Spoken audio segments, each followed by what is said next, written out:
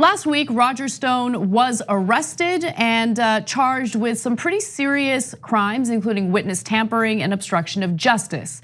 Now, there have been a number of right-wingers who have spoken out against the way in which he was arrested because the FBI raided his home. Now, they didn't raid his home the way the majority of other Americans have to deal with raids, which is usually with no-knock warrants, agents busting into your home in the middle of the night or early hours of the morning.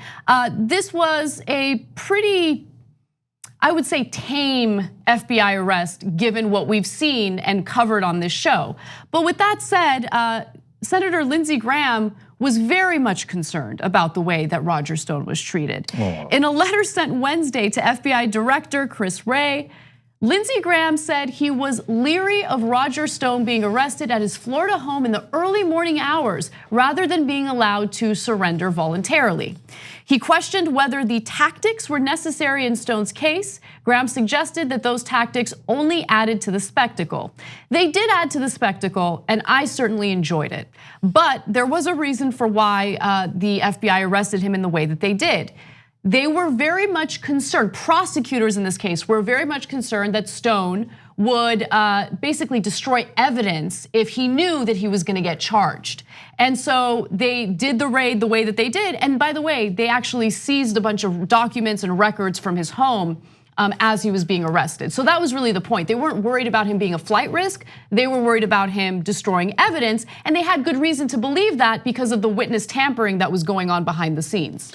Yeah, if you're charging somebody with witness tampering and obstructing justice, you're gonna wanna get his records because you believe he obstructs justice.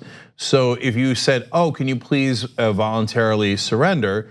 He knows now for certain that you're gonna come to get him and he could destroy whatever records he has. I don't know why he didn't already. I'm actually really surprised by that, but apparently the FBI got years of records from Stone's residences, both in Florida and New York. And remember, that's how they nailed Michael Cohen. They wound up having documents and recordings that absolutely proved he was guilty. That's why he flipped on Donald Trump.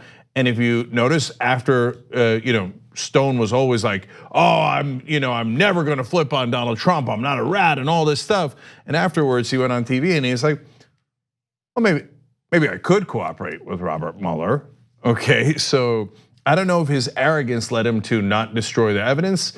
I'm glad he didn't. I don't know what evidence that they did get, and so obviously we'll get to find out more as all this becomes public. But there was a real law enforcement reason for doing it. But to me, they're crying and demanding privilege is the really interesting part here. Absolutely. Now, Senator Lindsey Graham isn't the only person who's crying and demanding privilege. Judge Napolitano is also doing this on Fox. Now, we have given him credit for doing great analysis and accurate analysis on the Trump-Russia investigation, but I believe that he missed the mark in what you're about to see. Take a look. 6 o'clock in the morning, 17 vehicles, sirens blaring and lights flashing, 29 FBI agents. The house abuts a canal, 2 boats in the canal, and a helicopter above with a high-powered rifle and high-powered spotlights. 4 FBI agents banging at the door, 2 holding a battering ram, 2 pointing automatic weapons at Mr. Stone's head when he opens the door barefoot in shorts and in a t-shirt. To arrest, now this is not to arrest a kidnapper of babies or a terrorist. This is an American living in his home with his wife, who's hearing impaired and can't hear any of this because she has her ear aids out while she's asleep, obviously, and his dog. He happens to be Donald Trump's friend and advisor for 40 years. The charge is lying to Congress. It's not a violent crime. There's no evidence that he's going to flee. He doesn't have a valid passport. He's not an imminent danger to society. Okay, so he makes it sound a lot scarier than it really is. We're gonna show you footage of what the arrest was really like. Yeah, this is what happens in a raid. The FBI or law enforcement shows up, they're armed, and they surround the property. That's a raid. Yeah, so Napolitano has done good legal analysis, but don't forget, he's a right winger, we don't agree with him. And so in this case, it's not really legal analysis. He's just saying, that's one of us. He's one of the elites. He's presumably a right-wing colleague, right? So he's like, no, you do that to minorities and poor people. You bust down their door and you put, point guns to their head for serious crimes. Like what? Marijuana possession? It happens all the time. We've shown you video after video. They tossed a grenade, a concussion grenade into a baby's crib once. Okay, but Napolitano and Fox News were not moved by any of that. But when it's one of their own, it turns out cops use force when arresting people? Well, apparently that's news to Fox News. So let's hear a little more from Napolitano and the argument that he makes in favor of Stone getting treated differently than everyone else. Either the government thought that it could intimidate Stone and he would flip and become a government witness against the president of the United States in order to avoid future treatment like this, or the government thought it could create an impression amongst the public that he's probably dangerous, which is why we have all this firepower to arrest him, and probably, therefore probably guilty. What was his bail? Zero. What? Zero. That makes sense. Zero. Judge said, just sign this, promise to show up. If you don't show up, we're going to need a bail of $250,000, but we trust you to show up. So the federal judge concluded this was preposterous. You know what Stone told me off air? And I don't think he minds me saying this. I said, how did they treat you after the CNN cameras were off and while they were taking you from Fort Lauderdale to Miami? He said, gently, politely, and somewhat apologetic for what had just happened. So implication, it was staged. It was staged. It's like the behavior of a police state. Oh, Roger Stone, the notorious trickster who brags about being a trickster, told you something and you took it at face value. Congratulations, Judge Napolitano, you're a genius. And by the way, he's look at what he's saying. He's like, he told me off air. Oh, so you guys know each other well. He's your friend. And the only legal analysis there was the bail was zero, which it shouldn't have been. Okay, they should.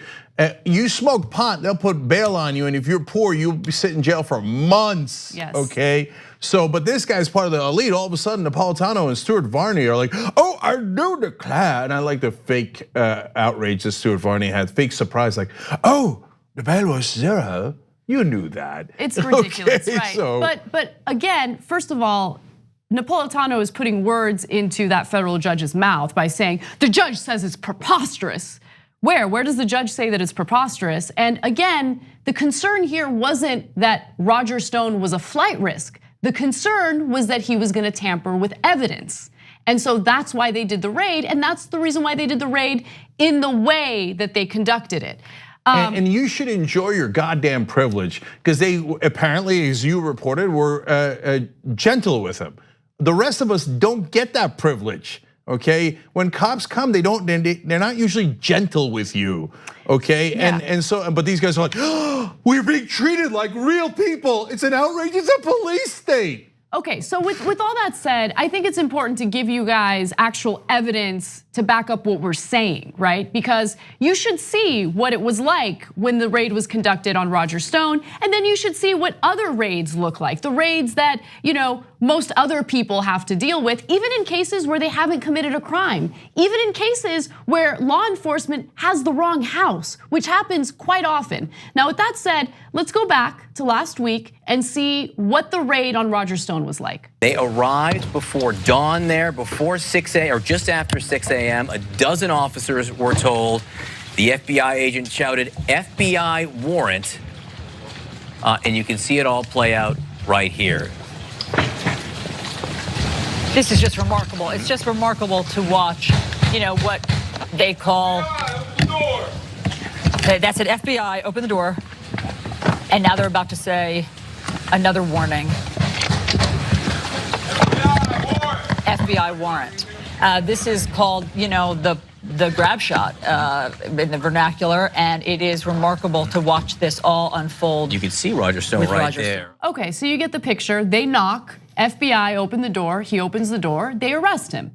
Now, that's not how most other raids are conducted. In fact, there's something known as no-knock raids, where law enforcement will literally bust into a home in the middle of the night. And sometimes flash grenades are involved, as Cenk alluded to earlier. In one case in 2014, law enforcement threw a flash grenade into a home of a suspected drug dealer.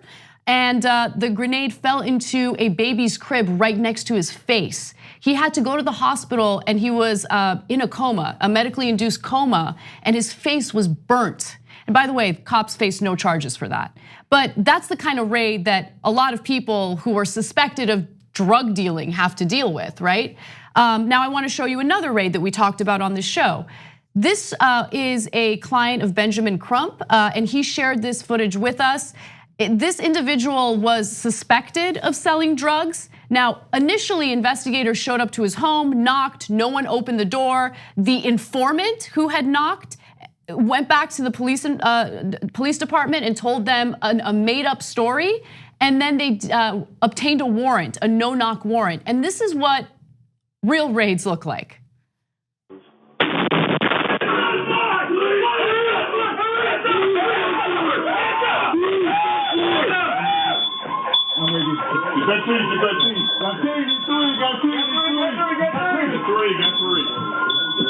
We are dominated.